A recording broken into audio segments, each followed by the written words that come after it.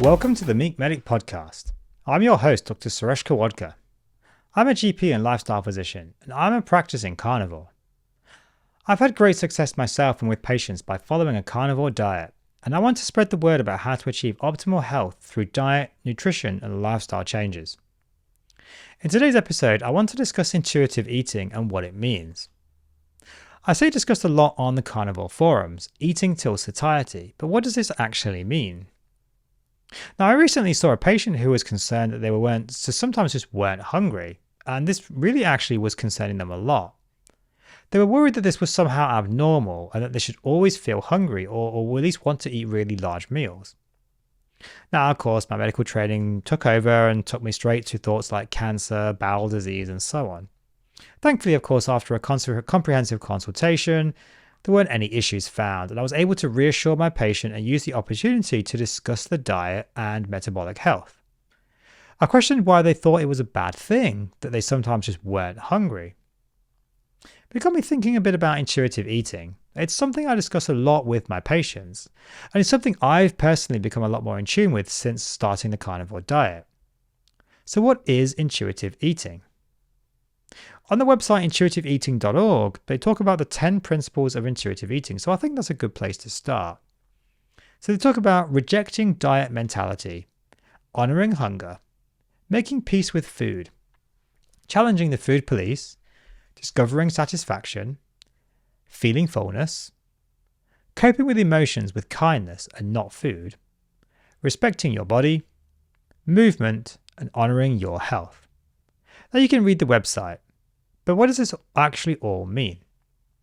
Well, in a nutshell, it means not restricting foods and stop looking for quick fixes. Respecting being hungry and understanding what it means. Accepting that food is okay and it's nutrition for the body. Understanding that we aren't good or bad depending on the food that we eat. Learning our satiety signals and when we don't need any more food. And accepting our body as long as we are healthy. I think all very good advice on the whole, but what does this actually mean in real life? Well, we all know there's no quick fixes when it comes to nutrition and diet. The idea that we are what we eat does actually have some merit, but it's not as simple as we'll eat fat and you'll be fat. In fact, it's often quite the opposite. Fat consumption generally helps us to lose weight. But if you eat garbage, well, you probably will be garbage. There's really not much way around that. Some people are more tolerant than others of bad food, but bad food will inevitably lead to bad health. I mean, it's pretty much a fact of life. I do agree, though, with the idea of not going on yo-yo diets, repeated dieting, as they can cause more harm than good. And generally, people who serial diet will gain weight over time and end up with more health problems as a result of the food that they consume. Now, I actually somewhat disagree about restricting foods, though.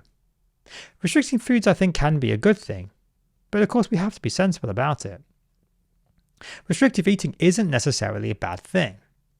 It's not healthy to say, well, you can eat as much ice cream as you like. You'll never be healthy if that's all you eat. Eating a little bit of ice cream isn't going to kill you, but it also isn't really healthy for you. But that's okay. If it helps you to maintain your healthy nutrition and health goals by providing you at least some psychological relief, otherwise known as cheat meals, I think that's okay. There's a lot of evidence that this actually can be very beneficial for some people. Now, some people say carnivore diet is incredibly restrictive because of just the narrow diet.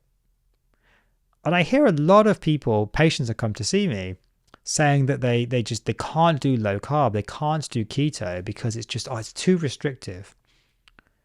But I actually disagree with that statement. I don't feel it's restrictive at all because I'm eating the food that I want to eat. How can that possibly be restrictive? I think it's only restrictive if you aren't eating the food that you want to eat. So if you really want to eat ice cream and you can't eat ice cream, well, that is a restrictive diet. The real question, though, is why do you want to eat the ice cream in the first place if you know it's bad for you? How can that be good to eat bad food?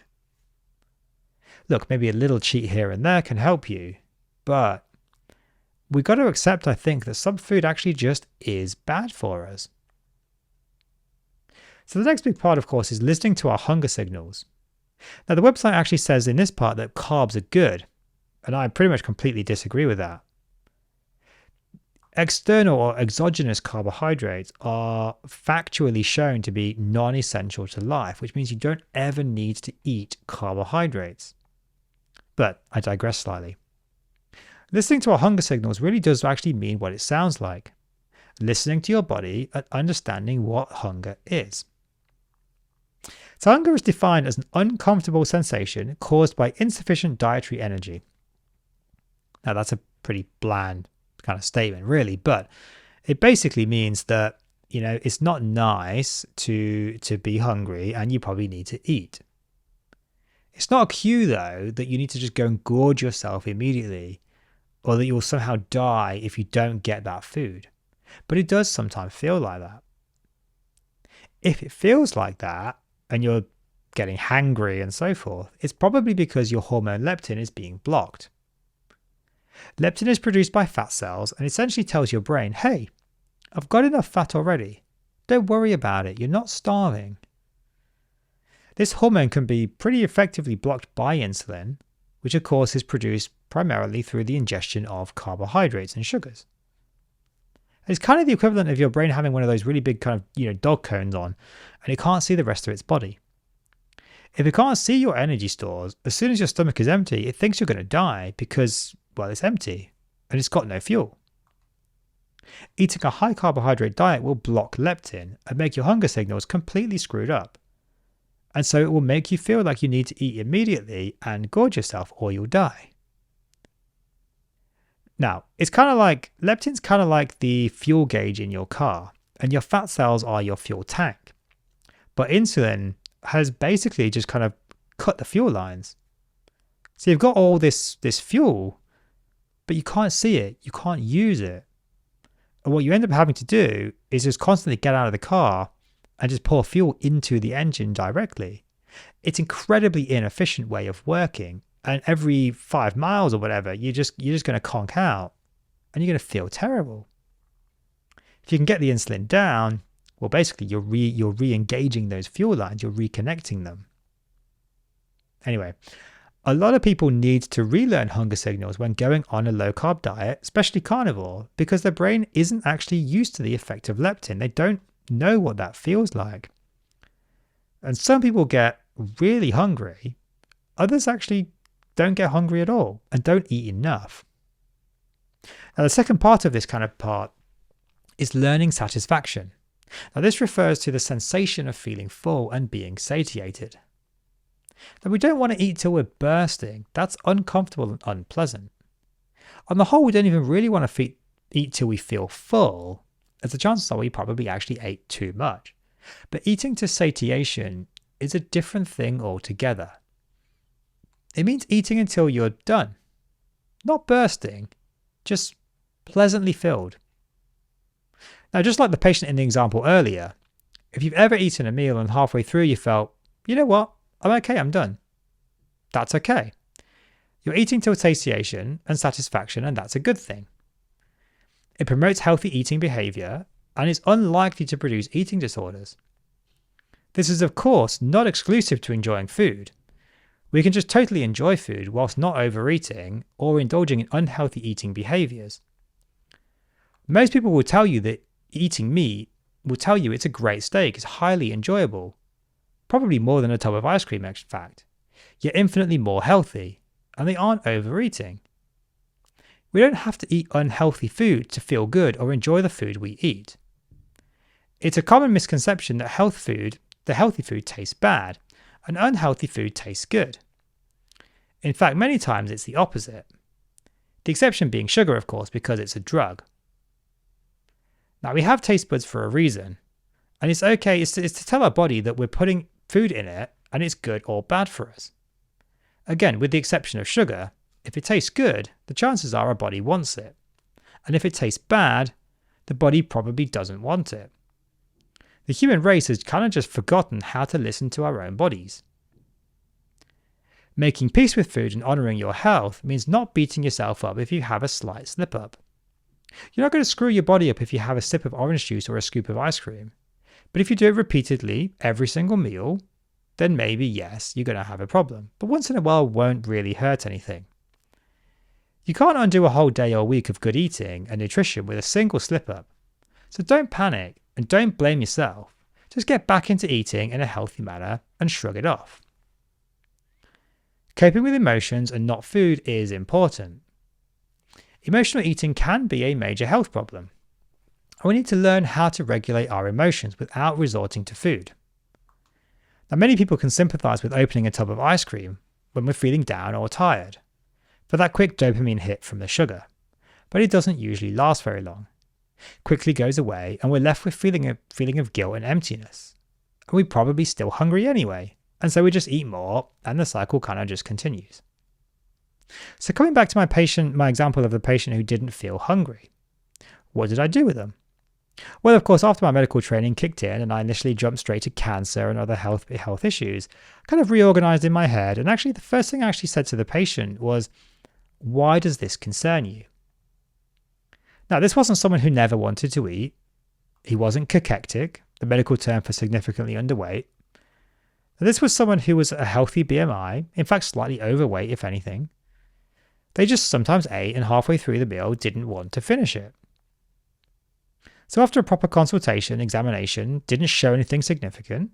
Of course, I reassured them and explained that actually this was all pretty normal, and they were just simply listening to their body. We went on to discuss further things around intuitive eating and listening to hunger signals and exploring their metabolic health. But it got me thinking, how far have we gone as a society that we think sometimes just not being hungry is pathological? That we need to fear not being hungry or something to worry about? That we're somehow harming ourselves if we're not full to bursting with food all the time? And for the rest of the day, I just couldn't help thinking how crazy this is as a society that we pathologicalize not eating when we aren't hungry. We're so addicted to eating that we just feel unwell when we don't eat, even if we're not even hungry, and that we worry when we're not hungry. And we need to see the doctor because sometimes we just didn't want to eat. It's perfectly acceptable not to be hungry all the time, or want to eat all the time. As a society, we've created so much disordered eating, and it's hard to know when it started really, but I'd wager it probably came in around the time of the infamous breakfast is the most important meal of the day line. How many times have we heard that? And it's still touted today. A simple Google search will reveal hundreds of health sites stating this as fact. But do you know where it came from? Kellogg's. It was a 19th century marketing campaign to sell breakfast cereal. Absolutely no evidence in health. And it just shows the power that marketing and money has over all of our health policies and behaviours. Breakfast has never been the most important meal of the day. Break fast is, but we'll cover that in another upcoming episode on fasting.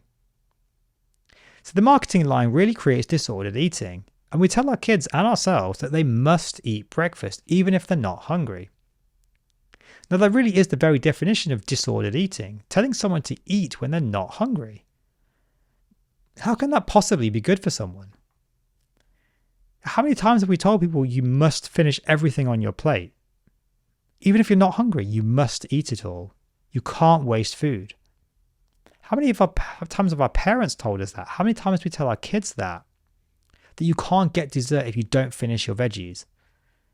Well, why are we even eating dessert every meal anyway? It's completely non-essential. And why are we rewarding our kids for eating something they don't want to eat? That's just madness and is guaranteed to create disordered eating. So intuitive eating is difficult, but it starts with us parents, and we have to do better to educate our kids on how and what to eat, when to eat, and how to listen to their hunger signals and satiety signals, and of course ourselves as adults. Now, I don't have the magic answer, but I try. I'm a parent. I've got 3 young kids. I completely get it. It's bloody annoying when you make dinner and they don't want to eat it, and then 5 minutes later they're suddenly hungry again. Now, I'm not immune to that. Half the time my kids don't even eat their food, and then they just want to go and eat something 5 minutes later. Sometimes food gets wasted. And it sucks, but I try to listen to them. I make them food, a selection of food usually, and I kind of just put it on the table. They pick what they want and they eat how much they want. Now, when we first started doing this, it was kind of just chaos, but over time, they've become a bit more sensible and pick mainly what they want to eat and ask for more if they're still hungry. Anything left over gets eaten later. And generally, they want actually far less sugar than they used to. And they want to eat more wholesome food, more meat, and actually sometimes they want to eat vegetables. They haven't gone full carnivore like me, but that's fine because they're eating what they want to. And I believe that's probably what's best for them. I believe they're listening to their body and their bodies are telling them, go and eat vegetables. And that's fine with me. So intuitive eating is difficult, but not impossible. It takes some effort and definitely takes some getting used to, but we can all do it. Thank you for tuning into this episode of the Meat Medic podcast. Subscribe for more episodes, and if you want to support this podcast, please see the links in the description.